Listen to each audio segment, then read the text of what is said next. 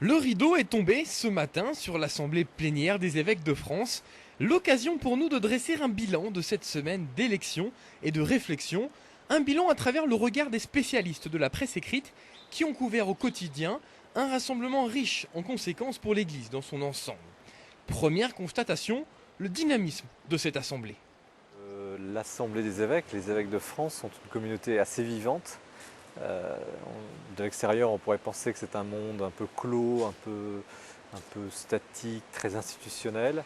Quand on les côtoie jour par jour, quand on voit la façon dont ils travaillent ensemble, on se rend compte que ce sont des hommes qui ont des charges très lourdes dans leur diocèse, avec des problèmes difficiles comme les vocations, la question de l'organisation des paroisses, et qui, quand ils sont entre eux, ont un temps d'échange assez intense sur, bien sûr, les méthodes, les solutions à apporter, mais aussi ils s'encouragent les uns les autres. Et c'est ça qui est toujours intéressant à Lourdes, c'est de voir une communauté en fait d'hommes certes, d'évêques, qui se serrent les coudes pour affronter les défis de l'Église. Non, ce qui me frappe là cette fois-ci, c'est qu'un dossier important qui est le dossier des finances n'est pas sorti publiquement, ou très peu. On est dans un monde beaucoup plus pragmatique, beaucoup plus comment allons-nous faire, plus que de grandes discussions théoriques sur l'évangélisation de la planète.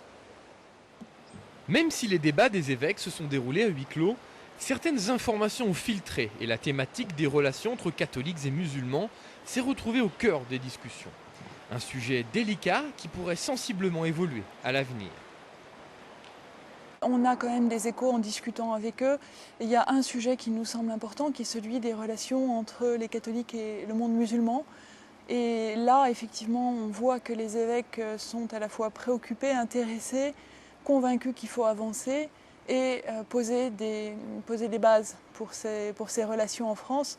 Cardinal Ricard l'a dit dans son discours d'ouverture, on n'en est plus à une relation entre christianisme et catholicisme, une religion majoritaire en France et une religion d'une population immigrée, mais vraiment une relation avec un islam extrêmement développé en France, avec plusieurs millions de personnes.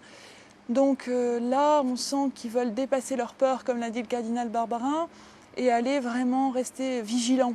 Donc aller vers eux, mais dans une attitude vigilante. Donc ça, c'est intéressant, on voit une évolution.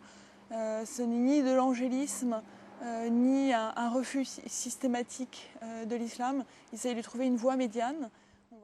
Avec l'élection de Monseigneur 23 à la tête de la conférence des évêques de France, le pragmatisme semble de mise et des évolutions concrètes sont donc à venir.